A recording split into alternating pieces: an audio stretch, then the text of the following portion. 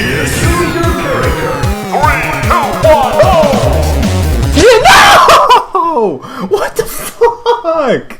Oh my god! Please! Back off.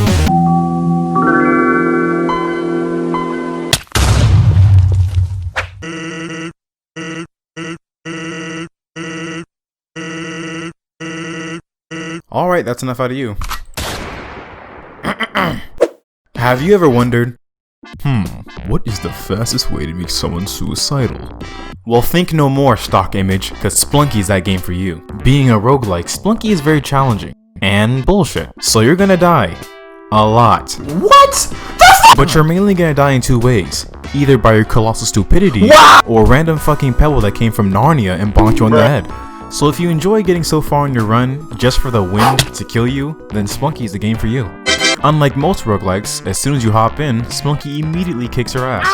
And if there is one thing I should tell you about this game is that anything and everything can and will kill you. Traps, spiders, zombies, confusing fall damage, and standing still. Everything in this game wants you dead, and will stop at nothing until they do so. So this time around, you actually have to use that glowing Spelunky brain if you want to survive. Luckily for you, Spelunky has a steady learning curve, so that means even the most brain-dead vegetable can beat the game. The good thing about Spelunky is that no matter how many times you die and die and die, all the traps and enemies will still act the same.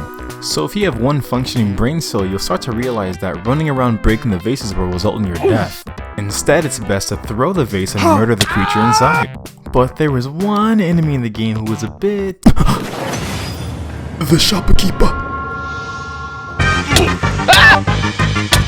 These guys are insane! For some reason, there's this old fuck who decided to set up shop in an ancient cave.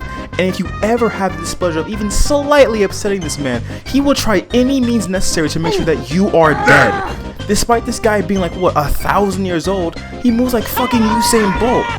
And if you go above him, he straps on his Air Force 30s and throws you across the map. Not only is this nigga quick, there is a slight bug where he activates literal hyper armor and will take a point-blank shot with a shotgun. And once you kill the first one, don't be relieved just yet, because now there's gonna be a shopkeeper blocking every gate in every level. So not only do you have to go through that one, but his entire 40 brothers as well. The nigga even follows you in hell, like, what do you want from me? It was just a rope! And once he gets mad, get ready to hear...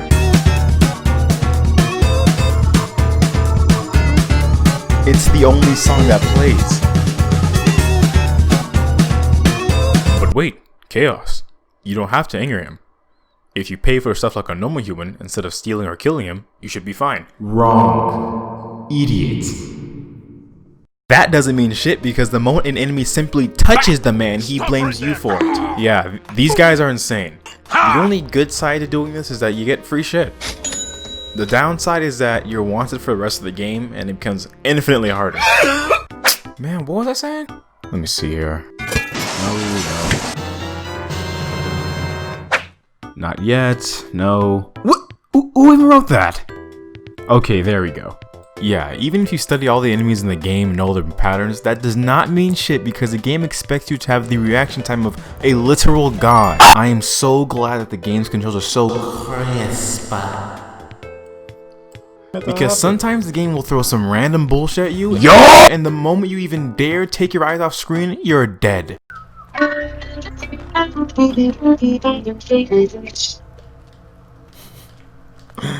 God. There have been so many times where I've reacted out of sheer luck.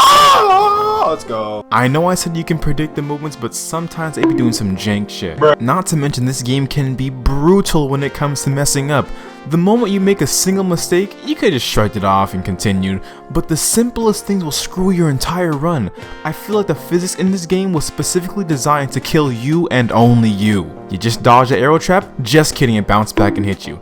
It doesn't help the fact that your character is bouncy as hell. I am convinced that your character is actually a rubber ball disguised as a player, because the moment you get knocked out, it's pinball central, baby. Actually, scratch that. Nah. Your character doesn't get knocked out. They go to sleep, bruh. It feels like a century before they get back up. And when you do get up, there's already probably an enemy walking towards you anyway. Spelunky requires a lot of skill to play, but man, does it feel like there's so much RNG that plays into it. Especially the level generation.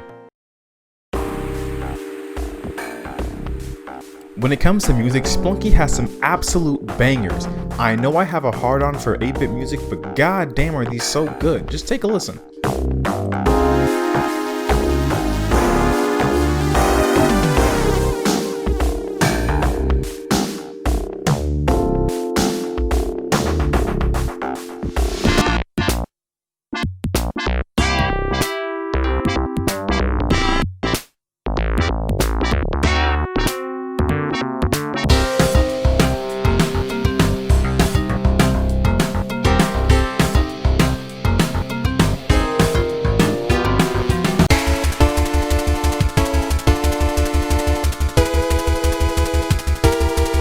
And this is by far the best soundtrack in the game, don't at me.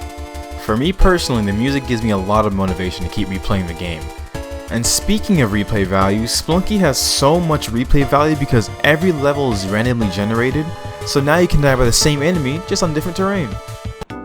Everything is given you from the start, so you won't have to grind for anything. And on top of that, Spelunky is a pretty short game, so it's easy to restart and know that you get pretty close. You can also play Spelunky multiplayer, but the devs forgot to remove friendly fire, so 99% of your deaths are going to be caused from your teammates, not the enemies. There's also a deathmatch mode. This is stupid. This is dumb. Alright, get up. Get up! It's actually really good. So overall, I give Spelunky a 4 out of 5. But I would only recommend this game to those who actually hate themselves. And with the rise of Spelunky 2 coming soon, I can only imagine the increase in suicide rates. Alright, so thank you so much for watching this video, and if you could hit that subscribe button, like please, I'm homeless. Like, I need a car, I need money, please. I really need a place to stay. Come on, please, I don't want to become a stripper, actually, it's my, please, no,